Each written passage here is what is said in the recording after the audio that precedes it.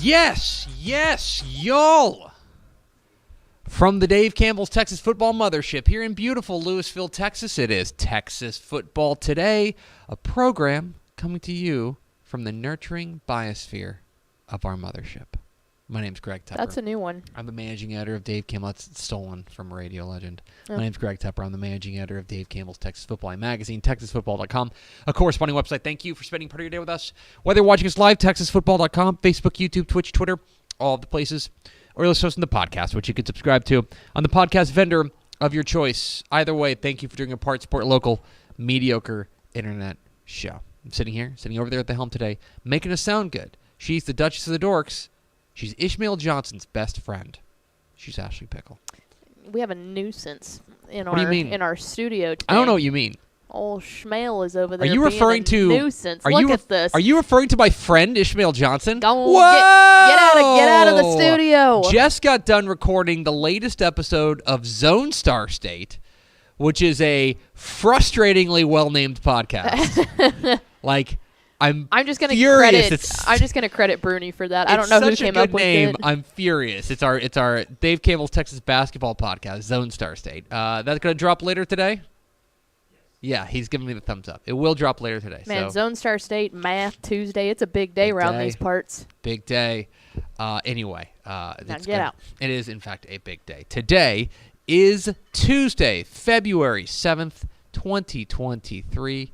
It is, oh geez, I didn't look up how many days Thanksgiving. Oh gosh. Sorry, 289 days. I'm gonna blame Ish on this one too. 289 days till Thanksgiving. Don't worry, it's 289 days till Thanksgiving. Happy birthday to, good Lord. There was a lot of them yesterday. Yeah, it's much worse today. Oh gosh. Garth Brooks. Oh nice. Garth is 62 today.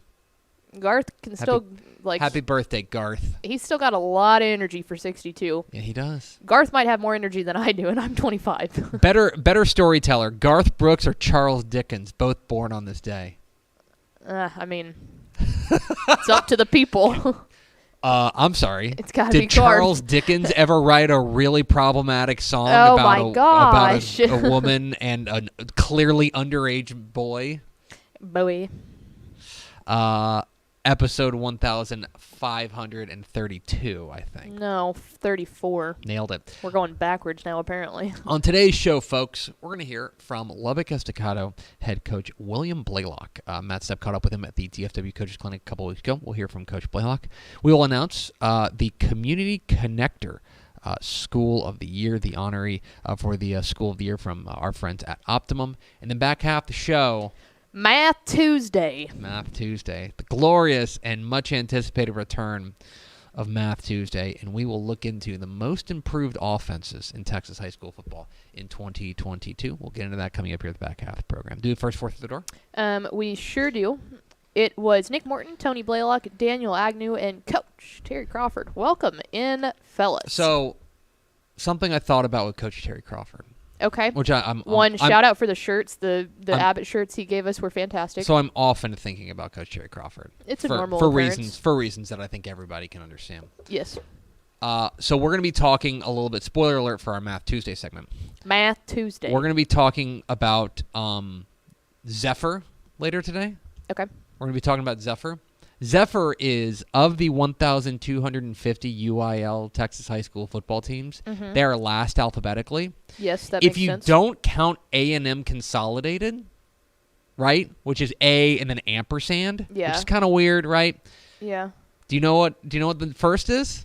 Is it Abbott? It's Abbott. Yeah, A-B. Yeah. So we don't have any AA? Abbott, Abernathy, and then the Abilene. All right, we ain't got any AA runs. So it goes from Abbott, technically, if you want to call them, again, A&M Consolidated is weird because it is going to sort first always because it's A and then an ampersand. Yeah. But as far as like words with only letters, Abbott's number one in the order, in the alphabetical order, and in our hearts. Okay, that's right. So all Abbott, due respect, I guess, now to Coach Schmidt.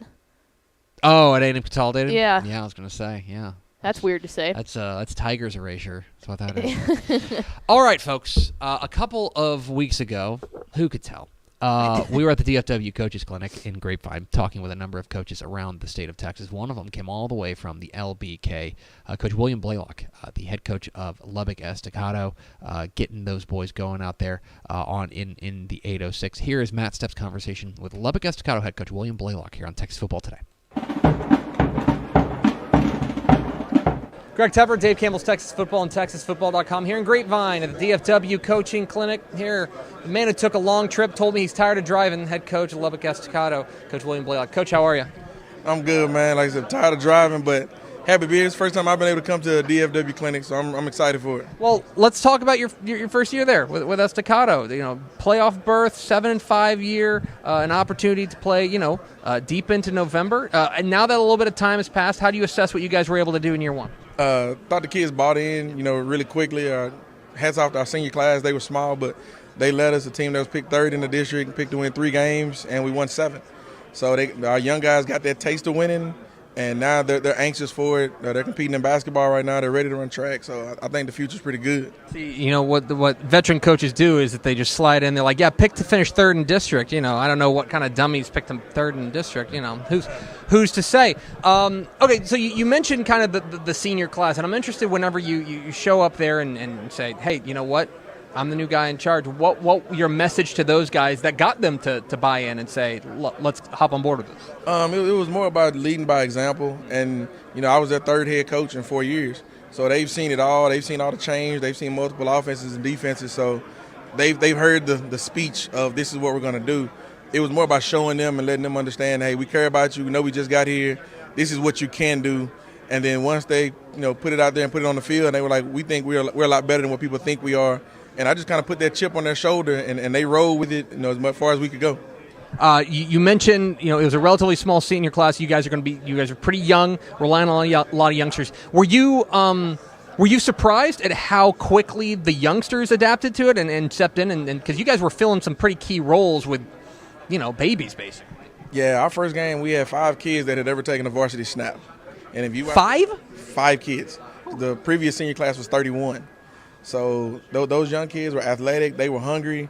But if you watch the first 4 minutes of the first game of the year, I wanted to retire and go sell insurance somewhere. But they figured out that they could play with anybody, and they went toe-to-toe with good teams, and they started learning from their mistakes. So by the time we got to week 7, week 8, and they realized, they won an overtime game. They won a game on the last play of the game. They fought. They won a playoff victory on the road, dealing with adversity. And so now those younger guys or the older guys now, they're like, dude, we want to go play the Christmas. That's their whole mission now, is to be the first team in Lubbock to go to state since 1983. So that's all they talk about. Did you mentioned playing deep and all those types of things. Did you get a sense as the season went on that they were that there was that growth from those young guys, that they were figuring things out? You mentioned how rough the first game was. Did you get that feeling that there was that growth as the season wore on? Oh, definitely. We went through a whole semester, and now one football player had an office referral. Nobody got suspended. There was no fighting, and we started becoming the group that was policing the building and policing each other, to where if somebody got out of line, before a coach could get there, a captain was there or a teammate was there. And as coaches, we started smiling because we're like, okay, they're figuring this thing out. And all of those guys who were doing that are coming back. We only lost one guy that was a real key leader in that aspect, but the rest of those guys were all young, and they're like, we're not doing that anymore. We're not going to be who people think we are.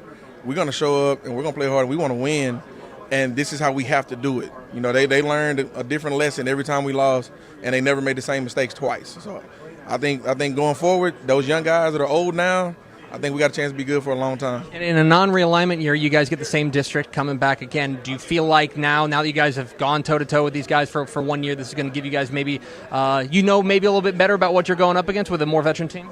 I think we'll be a lot better. But, Brownwood's the king of the hill until somebody knocks them off, and they were solid on the sub-varsity levels too. We had dog fights with Andrews and Big Spring.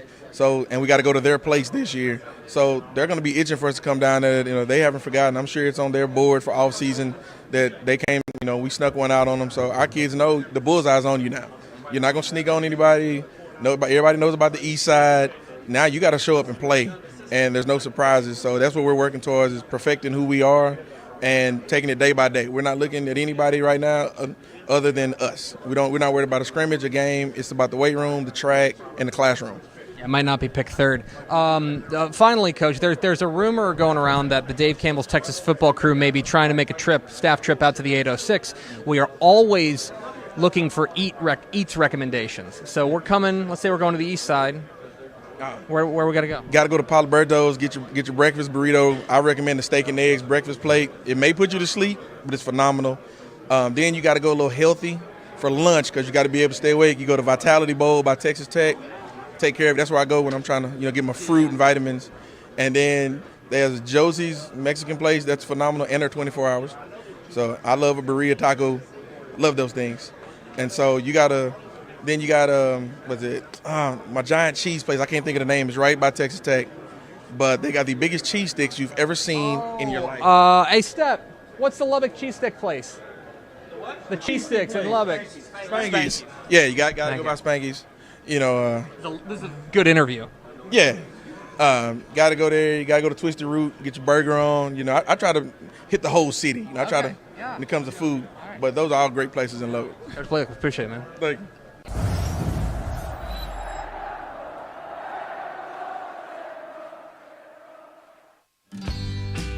Born and bred in Texas hits a little different, as it should. Texas loves doing business with fellow Texans. VCR Now takes its Texas roots as seriously as its many partnerships with schools and universities around the state. It's also why we're so proud to promote our brand in the pages of the Texas Bible, Dave Campbell's Texas Football, and on the airwaves of Texas Football Today. Driven by producing quality broadcast video, state-of-the-art audio, and LED video scoreboards at affordable prices, VCR Now makes sure to listen to your needs in its athletic department before recommending the next best steps. Building great products is our business, and it's our focus on building meaningful, long-term partnerships with our clients that sets us apart. From our 24/7, 365-day help desk, the training lab in our hometown of Red Oak, or our sports marketing business plan that puts money back in the hands of our athletic departments we support, VCR Now is built to last. Reach out to us today at info@vcrnow.com or by calling 855-GO-VCR-NOW. Again, that's info@vcrnow.com or by calling 855-GO-VCR-NOW.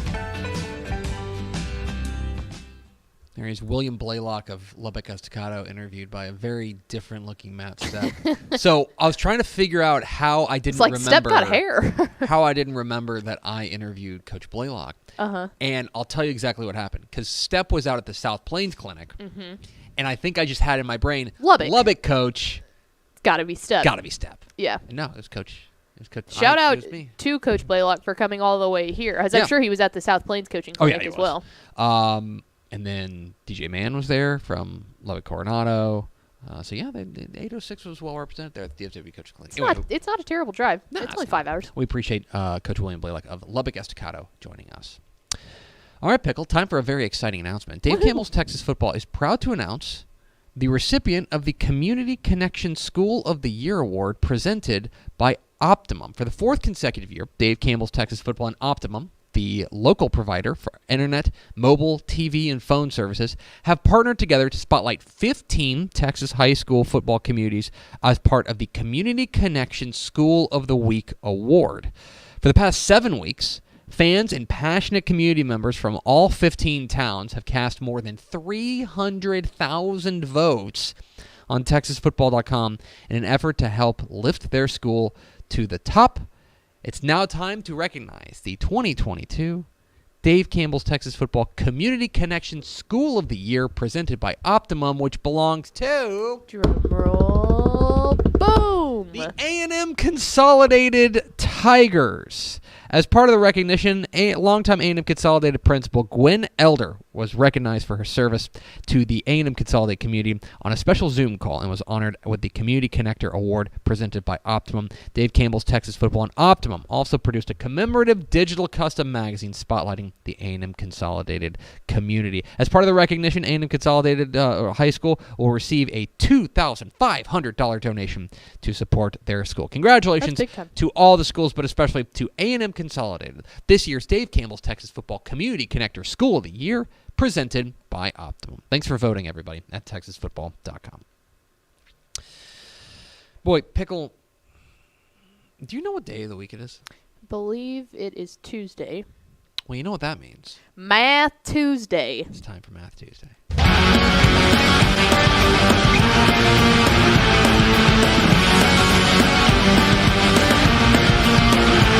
Math Tuesday. It's Math Tuesday here on Texas Football Today, where we are talking inside the numbers about all things football in the state of Texas. And today, we're going to focus on the high school football side, and we're going to take a look specifically at the offenses. So, I don't know if you know this. Let me just ask you a question off the top of your head. Okay. Do you know who the highest scoring offense in, let's just say, UIL, it's a UIL 11-man team, Okay. UIL 11-man football was last year, as far as points per game scored? Austin LBJ? Good guess. They were eighth. Eighth. So they were top. If they would have made a little bit longer of a run, I might have said it. But Yeah. the way that their district is, I thought that was a pretty decent guess. The highest scoring team, which probably says a little bit about the team that beat them in the state championship game, the Mart Panthers. Mart that makes Panthers sense. averaged a little more than 55 points per game. They were the highest scoring team in Texas high school football last year. But here's the thing. I don't know if anybody's particularly surprised that Mart scored a lot. In fact, that's only an increase of 2.8 points per game from the year previous in 2021. Yeah, Okay? and that's a year that they lost They lost early. in the semifinals. Lost in the semifinals. Well, by their memory. by Mart standards. By Mart standards. Oh my gosh, they lost in the semifinals. Yeah. So, for Mart, scoring a ton of points is just, That's the I hate nature to say of what you they roll do. out of bed and you do it. Yeah. But you do it, right? What I want to talk about are the teams that improved on the offensive side the most. Because we had some teams that went from, let's put it this way. They either went from pretty poor in 2021 to really good in 2022, or they went from okay in 2021 to like crazy good in 2022. And so I took a look at the numbers for all, I guess considering, because you had to play 2 years, all 1,227 UIL Texas high school football teams, and compared their scoring output from 2021 to their scoring output from 2022 to see who had the most improved offenses in Texas high school football this year. So let's start with the 11-man ranks, because Okay. we've split up 11-man and 6-man. Yeah, because that would not be this fair No, it playing would be field. different. The most improved offense in Texas high school Oh, football, Your Tornadoes. the Golden Tornadoes of Galveston Ball, in 2021 averaged just 17.5 points per game. 2022, they averaged 50.5. Now, there's a couple of things here. Okay. One, I think that's a perfect example of going from a middling to underwhelming offense to like a crazy good offense. But also, I would say that is a clear change in redistricting. Because remember, Galveston Ball was in the Galena Park North Shore Umbella Atascocita district in 2021, and this past year they were in a much more manageable district. Let's put it that way. But don't make any excuses for it. They were a much, much better offense this year and the most improved offense in Texas high school football at the 11-man ranks. Well, and I do think this speaks a lot to their total improvement as a team, because I feel like we focus so much on their defense. They had an unbelievable defense that also led that category, too, out of all of Texas high school football. So this shows, like, their whole team took a step forward. It wasn't just the defense. Right, most certainly. Second on that list, the only other team, and you see that gap there, the only other team to improve their offense by 30-plus points, Our guy. down there at Booker T. Washington. It's the Eagles, the Golden Eagles of Houston Booker T. Washington, and what a remarkable turnaround they were able to put together with Coach Kelvin Chatham. And it showed up that's a perfect example of it showing up in the record books as well, because they won 10 games this year as opposed to 3 games in 2021. White House, second year under Coach Kyle Westerberg, got them third place on this list. Pearsall made a huge leap. That's a perfect example of going from a really, really bad offensive year to pretty darn good. Yeah. Going from 5 points a game to 30 is crazy. Houston Waltrip also down there in Houston ISD made a big leap. They're fifth on this list. Dallas Conrad on that list as well. Wallace Brazos up 24 points. Same with Center. That's Center is another one I want to spotlight there. That's another example of going from not a bad offense, 28 points a game last year. That's really serviceable. In fact, it's right at about a little bit above average to go from that to like one of the best offenses. In fact, the second biggest offense in Texas high school football. Yeah, you're winning games if you're scoring 28 points a game. Oh yeah, most certainly. Miles made a big leap as well from 25.5 to 49.2, and then Honeygrove rounds out the top 10 with a 23.7 point per game improvement. I mean, think about that. Let's just take an example. Let's take Dallas Conrad. Dallas Conrad, that means they were scoring 3 more touchdowns per game than they did in 2021. Yeah, that's wild. A remarkable leap for Conrad offensively, and all these teams that made a huge leap offensively at the 11-man ranks. If you are interested, if this is your type of thing, if you're a sicko like this, the teams that took a step back the most, Cy Park, they were a team that was really good in 2021, really struggled in 2022. El Dorado took a big step back, which I don't think is a surprise considering what they lost. Rockport Fulton took a big step back. Katy Pato also on that list of programs that lost a lot of their offensive firepower, and I think we saw that kind of manifest itself there in 2021, or 2022 rather. So now let's swing over to the 6-man ranks, and the 6-man ranks is interesting. So overall, from a pure numbers perspective, the biggest improvement, the most improved offense in Texas high school football this year belonged to the Bulldogs of Zephyr. Yeah, that's Zephyr wild. went from 12 points a game to 50, okay, which is crazy. Now, here's the thing. Next week on Math Tuesday, here's a lateral tease for you. Next week, we're going to study the defenses, the most improved defenses. Zephyr will also be number 1 there, okay? They were the most improved offense and defense in the 6-man ranks last year. And it's no wonder they went from 0-10 in 2021 to 9-2 in 2022. We don't talk enough about the job that Coach Phillips did there at Zephyr to turn them around, to go from winless to 9 wins and the most improved offense and defense. Aspermont is hot on their heels, though. Aspermont was a team that this past year caught fire offensively. They averaged 15 points a game last year, which in the 6-man ranks just isn't going to win you ball games. Oh, absolutely not. It's not, which is why they went 2-8 I mean, that's getting the goose egg on at least 3 or 4 games. Which is why they went 2-8 last year. But now they've turned that entire record around. They go 8-2 and average 52 points a game. Iredell, Thurl on that list. The Dragons go from 17 to 45 and almost 46 points per game. High Island's a weird situation. They played a bit of like a partial semi-outlaw schedule in 2023 or 2021 rather. But they played a full schedule, and I think that just getting back on the field on a consistent basis really did them a lot of good. It didn't show up necessarily in the win column. They only went 2-8, but I think that you saw clear improvement from the Cardinals this year. Leverett's Chapel on that list as well. That's going from a good offense to a great one, 34 points to 60 points a game. Robert Lee, Bluffdale, which was, of course, one of the big risers in 6-man football this past year. We saw them. They made a huge leap offensively, again, going from like a pretty good offense to a great one. Petersburg is on that list as well. Morgan is in the top 10 as well. Another team that made a big leap. And then Blum, which is a defensive powerhouse, really made a huge leap offensively, improving by 22.2 points per game. They're going from 33.1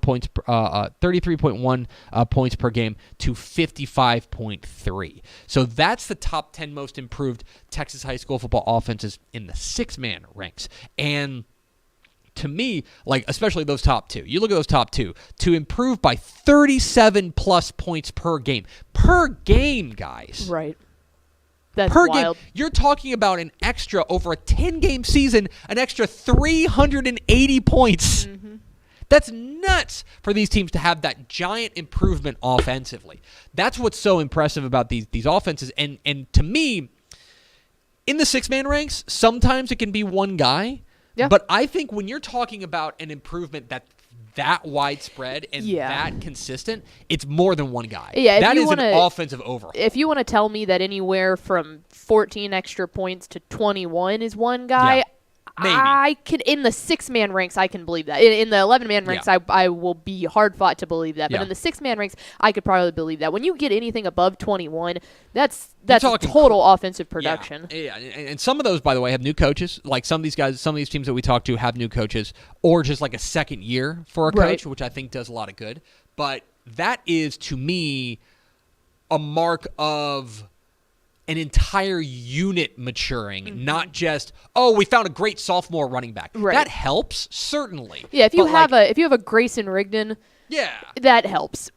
But But all these teams no on one's that built list, like that. whether the 11-man ranks or the 6-man ranks, I think that speaks to an entire offense kind of growing up and improving, not just, oh, we found a quarterback. Mm-hmm. Like, it's got to be bigger than that. If you're on this list, if you're one of the 10 most improved offenses in Texas high school football, you did something right from a holistic perspective. Well, and it'll be really cool next week looking at defenses to see what the crossover is. You know, is it one of those things where maybe a new offensive coordinator comes in and you change the scheme? Or is it, hey, when one unit starts doing better, you're seeing production on both of them? Because I'll tell you, there's a couple of teams that were on that list that we just talked about That will are gonna definitely show up be on- next week as well. Yeah. So there it is, a look at the most improved offenses in Texas high school football in 2022 on this episode of Math Tuesday. Math Tuesday. Let's go over to Ashley Pickle for America's second favorite segment. Final thoughts? We've got some big stuff rolling out in the Cruton that right? section of Dave Campbell's. If you go to texasfootball.com, or especially right now on our Twitter page at DCTF, you're going to see that we are rolling out the top 10 2024 recruits in the state of Gasp. Texas. So they have, Powers has made some really cool graphics. It's got a little quote, and then you can go read about the top 10 prospects in the class of 2024 in Texas. So Yep. big Cruton news Big happening. Cruton stuff going on in Texas football. I'm sure we'll talk some of that tomorrow. I bet we'll talk a little bit about that with But what's go his name? study up. What's his name? Grev. Powers. That's right. Greg Powers will join us tomorrow on This Week in Recruiting here on Texas Football Today. Look at us, 2 shows in a row. This is a record as We're of on late. a heater. We're on a heater. Which, by the way, no show Friday. It's going to do it for us. Thanks for spending a little bit of your day with us. WTF live at 2. Follow us on Twitter at DCTF. Like us on Facebook, facebook.com/Dave Campbell's. Follow us on Instagram, instagram.com/Dave Campbell's. And, of course, see us at texasfootball.com. Thanks to Lubbock Estacado head coach William Blaylock for being our guest. For Ashley Pickle, I'm Greg Tepper. Vince Young, please meet your Player of the Year trophy. We'll see you tomorrow for This Week in Recruiting on Texas Football Today.